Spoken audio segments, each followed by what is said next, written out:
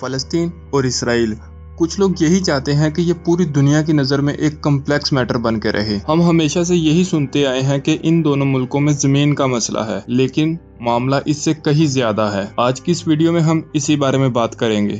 تو اس کی شروعات میں چلتے ہیں۔ آج سے 100 سال پہلے جب ساری مسلم کنٹریز آپس میں لڑ رہی تھی تو ویسٹ نے ایک وعدہ کیا تھا۔ یہ 1916 کی بات ہے جب ورلڈ وار 1 ہو رہی تھی۔ اس وقت اوٹمن امپائر کو بنے 1617 سال گزر گئے تھے اور یہ اپنی ہسٹری کی سب سے بدترین کنڈیشن میں موجود تھی۔ برٹش اور فرینچ نے عرب کے لیڈرز سے وعدہ کیا تھا کہ اگر تم اوٹمن امپائر کو ہرانے میں ہماری مدد کرو گے تو سارے کے سارے عرب پہ تمہاری حکومت ہوگی۔ ان عرب لیڈرز نے یہ بات مان لی اور اوٹمن امپائر کو ختم کرنے کے لیے برٹش اور فرانس کا ساتھ دیا۔ جیسے ہی یہ لڑائی ختم ہوئی، عربز نے اوٹمن امپائر کو ہرانے میں برٹش کی مدد کی، تو اس کے بعد عربز نے وعدے کے مطابق اپنی زمین مانگی۔ لیکن انہیں اس چیز کا نہیں پتا تھا کہ فرانس اور برٹش نے ایک سیکرٹ میٹنگ کی ہے اور اس میٹنگ میں یہ طے کیا تھا کہ اوٹمن امپائر کے جتنے بھی حصے ٹوٹیں گے، آدھے فرانس کے پاس جائیں گے اور آدھے برٹش کے پاس۔ برٹش کے پاس جو حصے جائیں گے ان میں فلسطین، جارڈن اور ساؤتھرن ایران شامل ہے، اور فرانس کے پاس ساؤتھ ایسٹرن ترکی، نارتھن ایران، سیریا اور لبنان جائیں گے۔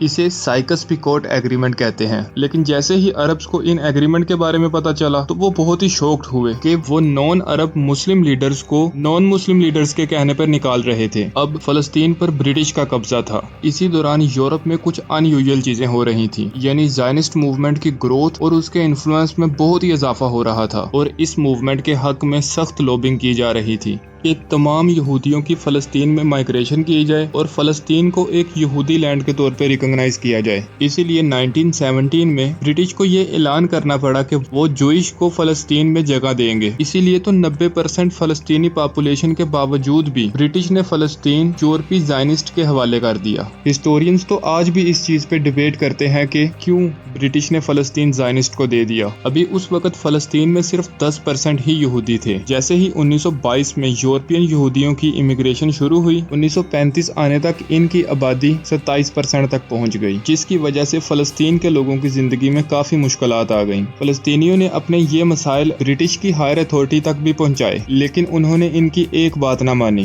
برٹش نے اس مسئلے کا حل نکالنے کے لیے ایک پلان بنایا۔ اس پلان کے مطابق وہ ایک پارٹیشن بنائیں گے اور اس پارٹیشن کے اندر آنے والے تمام عرب لوگوں کے گھر کو زبردستی چھین لیا جائے گا۔ اسی لیے فلسطینیوں نے وہاں پر بغاوت شروع کر دی۔ اس کے نتیجے میں ہزاروں فلسطینیوں کو وہاں پر بہت بری طرح سے قتل کیا گیا، لیکن اس سب کے باوجود بھی فلسطینیوں نے کبھی بھی ہار نہیں مانی اور وہ اس ظلم کے خلاف ڈٹ کر لڑتے رہے۔ اب برٹش ان سے بہت ہی فیڈ اپ ہو چکے تھے، اسی لیے 1947 میں انہوں نے فلسطین کا مسئلہ یونائٹڈ نیشن کے حوالے کر دیا۔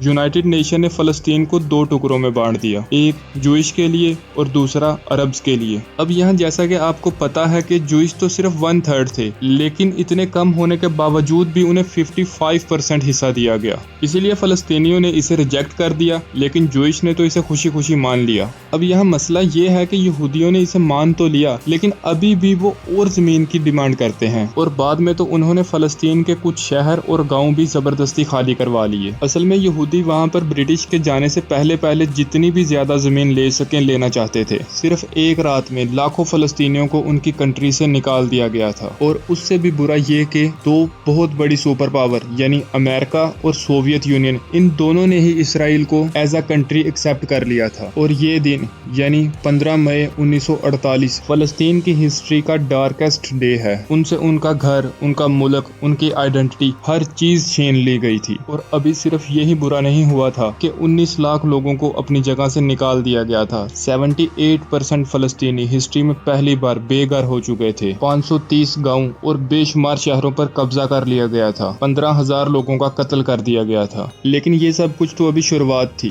تب سے آنے والے کئی سالوں تک فلسطین کی زیادہ سے زیادہ زمین پر قبضے کی کوشش کی جا رہی ہے، اور یہ شاید چلتا ہی رہے۔